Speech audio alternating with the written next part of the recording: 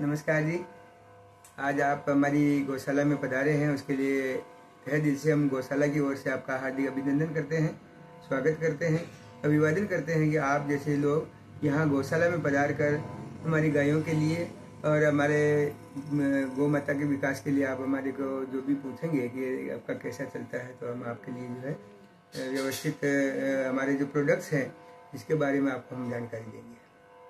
गायों के बारे में जो प्रोडक्ट बना रहे हैं उसके बारे में कुछ बताइए आप। जरूर। गायों का अभी हम जो सिंगल उपयोग हम समझते हैं कि गाय अगर दूध नहीं देती है तो कोई काम की नहीं है, और अगर गाय दूध नहीं देती ये एक प्रकृति है। हर प्राणी के साथ ऐसा होता है कि क्या कोई प्राणी 24 घंटे और या 12 महीने थोड़े दूध दे देता है, लेकिन दूध न देने के बाद भी गौमूत्र और गोबर जो है गाय माता प्रतिदिन देती है, पूरी उम्र देती है। और गौ माता के गोबर और गौमूत्र से हम कुछ उप उत्पाद बनाते हैं जो हमारे मानव शरीर के लिए औषधीय रूप में काम आता है। देखिए, आप देखेंगे कि मैं आपको ये दिखाना चाहता हूँ। देखो, आप गोबर के उपयोग से हमने जो है ये धूप बत्ती बनाई है। ये देखो धूप बत्ती है, इसमें हम 30 नंग भरते हैं 30 रुपए के। और ये जो धूप बत्ती है ये जब जलती है तो हवन की जो खुशबू है वो इसमें से हमें महसूस होती है। बहुत अच्छा ये एक उत्पाद है जो गोबर से निर्मित होता है। फिर आप देखिए कि साबुन है, ये जो हमारा अंगराग साबुन है, ये सब साबुन है। 2 तरह के हम साबुन बनाते हैं। ये चर्म रोग के लिए बहुत काम आता है और इसमें भी हमारे गोबर का उपयोग होता है। मैं केवल गोबर का उपयोग के लिए बता रहा हूँ। इस प्रकार अगर गोबर का हम उपयोग करेंगे और गोबर का उपयोग करके अगर हम कोई भी प्रकार का उत्पाद बनाएंगे तो गाय माता को उसके आर्थिक लाभ होगा।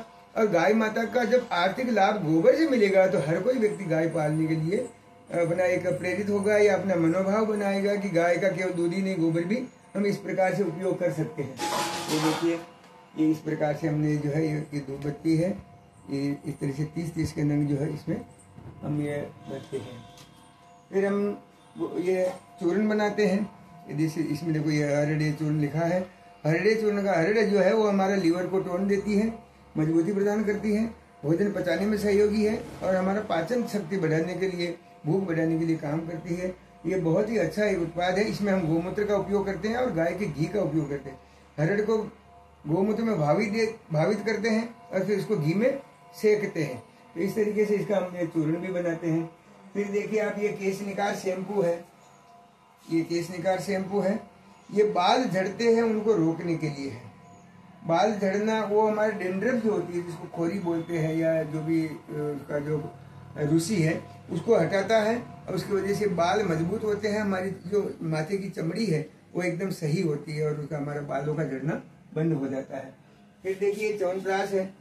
ये हमारी गौशाला में ही जैविक कृषि उत्पादित आंवले हमारे यहाँ लगे हुए हैं, तो उनके द्वारा उत्पादित जो आंवले हैं वो हर व्यक्ति तक पहुंचे, इस उद्देश्य से हमने जो है ये च्यवनप्राश बनाया है। च्यवनप्राश की 2 तरह की पैकिंग है, 500 ग्राम और 1 किलो की।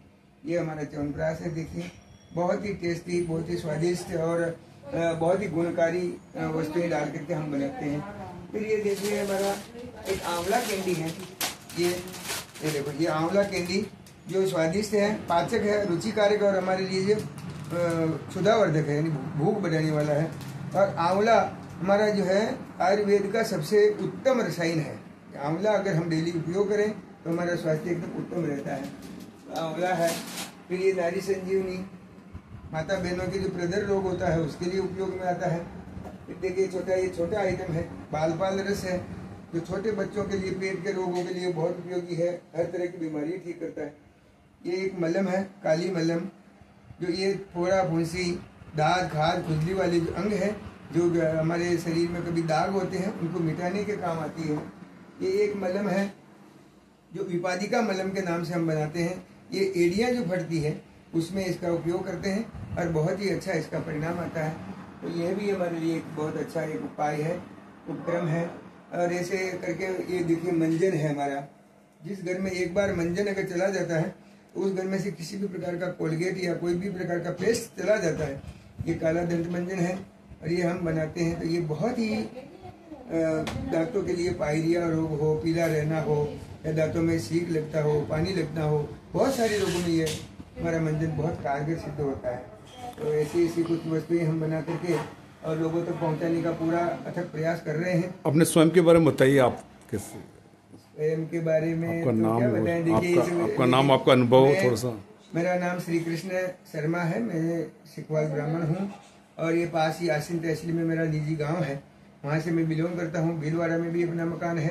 गाय माता का एक प्रासादिक ऐसी व्यवस्था हमको मिली, वहाँ पर एक मकान है और हम 24 घंटे से परिवार यहाँ गौशाला में ही रहते हैं और गौशाला में रह करके और गाय की सेवा और इस तरीके का औषधि निर्माण करके मानव सेवा, ये मैं एक मेरा सार्थक प्रयास मानता हूँ।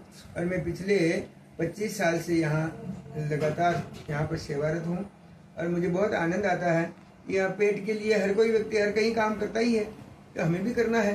तो हम यही सोच करके और सब परिवार यहाँ रहते हैं कि हमें 24 घंटे गायों का सानिध्य मिलता है और गाय माता का जो सानिध्य है वही हमें ज़्यादा प्रिय लगता है। गौ विश्व से मात्रा, अगर गाय पूरे विश्व की माँ हो सकती है ही, जिसमें 33 करोड़ देवता निवास करते हैं और उसको हम माँ मानते हैं, तो उनकी सेवा करने का जो मुझे अवसर मिल रहा है वो भी मेरे लिए, मैं अपने आप में एक सौभाग्यशाली मानता हूँ।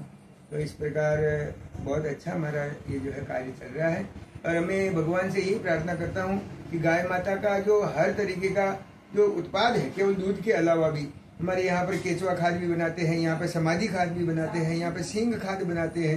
यानी हम एग्रीकल्चर जो है हमारा कृषि तंत्र में भी हम बहुत अच्छा सा काम कर रहे हैं और हमारा जैविक कृषि उत्पादन करके और हमारा भोजन या जो खाद्य सामग्री है वह भी हमें उचित और अच्छे गुणवत्ता वाली मिले, ऐसा प्रयास भी हम कर रहे हैं। और फिर ये रोग निवारण के लिए ये जो औषधियाँ हैं ये भी हम बना करके और हमारा जो आंतरिक या तो बाह्य जो रोग हो जाते हैं शरीर पर, उसको भी हम ठीक करने के लिए पूरा प्रयासरत रहते हैं। तो बहुत बहुत धन्यवाद, बहुत बहुत शुभकामना।